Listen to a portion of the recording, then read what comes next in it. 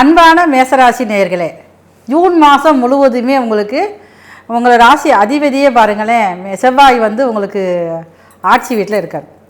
அப்போ ஜூன் மாதம் பிறக்கிறதுக்கு ஒரு 2 நாளைக்கு முன்னாடியே உங்களுக்கு ஒரு தைரியம் வந்துடும். உங்களுக்கு வந்து இது வரைக்கும் உங்கள் ராசிநாதன் வந்து உங்கள் ராசிக்கு 12ஆம் இடத்துல சனி கூட சேர்க்கையில் இருந்தார். இப்போ தன்னுடைய ஆட்சி வீட்டில் வந்து இந்த சொந்த பலத்தோடு இருக்கிறப்ப பாருங்களேன், உங்களுக்கு புதியதாக ஒரு தெம்பு ஒரு தைரியம் ஏற்படும். அந்த தைரியம் மூலமாக இதுவரைக்கும் முடங்கி கிடந்த காரியங்கள் அனைத்துமே நீங்கள் வந்து செஞ்சு முடித்து மிகவும் உத்தியோகத்தில் ஒரு நினைத்த எனக்கு வேலை இது கிடைக்குது, எனக்கு இது வரைக்கும் வந்து வேலை எனக்கு கிடைக்குமா கிடைக்காதா, இல்லை இதே நீடிச்சு இருப்பேனா அப்படின்லாம் ஒரு யோசிச்சுக்கிட்டு இருந்திருப்பீங்கள்ல.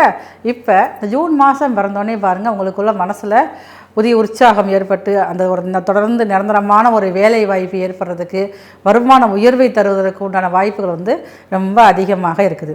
இந்த ஜூன் மாதம் ஆரம்பத்துலேருந்து ஒரு 16ஆம் தேதி வரைக்கும் பார்த்திங்கன்னா உங்களுக்கு வந்து ஒரு குழந்தைகள் வழியில் ஒரு நிம்மதி கிடைக்குமா கிடைக்காதா, ஒரு குழந்தைகளை வச்சு ஒரு பயம், உங்களுடைய குழந்தைகளை வச்சு ஒரு பயம் உள்ள, புத்திரப்பாக்கி இல்லாதவங்களுக்கு புத்திரப்பாக்கி கிடைக்குமா கிடைக்காதா, இல்லை நம்ம வந்து ஒரு பிள்ளைகளை வந்து நம்ம இங்கே போய் படிக்க வைப்போமா, அங்கே சீட்டு கிடைக்குமா கிடைக்காதா, நம்ம வேலைக்கு இங்கே அனுப்புவோமா அனுப்ப முடியாதா, நம்ம பிள்ளைக்கு நம்ம எதிர்பார்த்த இடத்துல வேலை கிடைக்குமா அப்படின்லாம் ஒரு குழப்பத்திலே நீங்கள் வந்து இருப்பீங்க.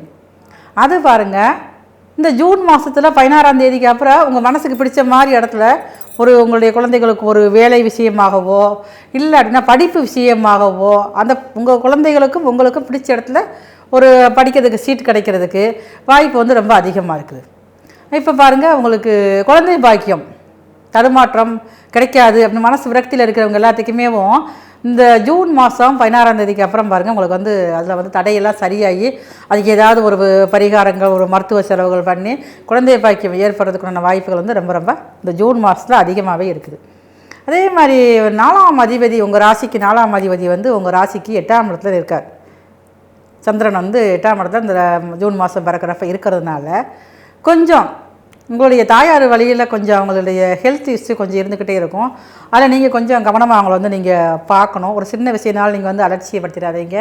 ஏதாவது ஒரு மருத்துவ செலவு பண்ணி அவங்களுடைய ஆரோக்கியத்தில் இருக்கக்கூடிய அந்த குறைகளை நீங்கள் வந்து சரி பண்ணக்கூடிய அமைப்புகள் வந்து இந்த மாதம் முழுவதுமே மேசராசிக்காரியாக உங்களுக்கு மேசராசிக்காரர்களுக்கு முழுவதுமே இருக்குது. அப்போ உங்களுடைய அம்மா மேலே ஒரு அக்கறை உங்களுக்கு இருந்துக்கிட்டே இருக்கணும். கல்யாணம் தடைபற்றவங்களுக்கு இந்த ஜூன் 16க்கு அப்புறம் திருமண பாக்கியத்திற்கு வாய்ப்புகள் அதிகமாக இருக்குது. அதை வந்து நீங்கள் வந்து பயன்படுத்திக்கங்க.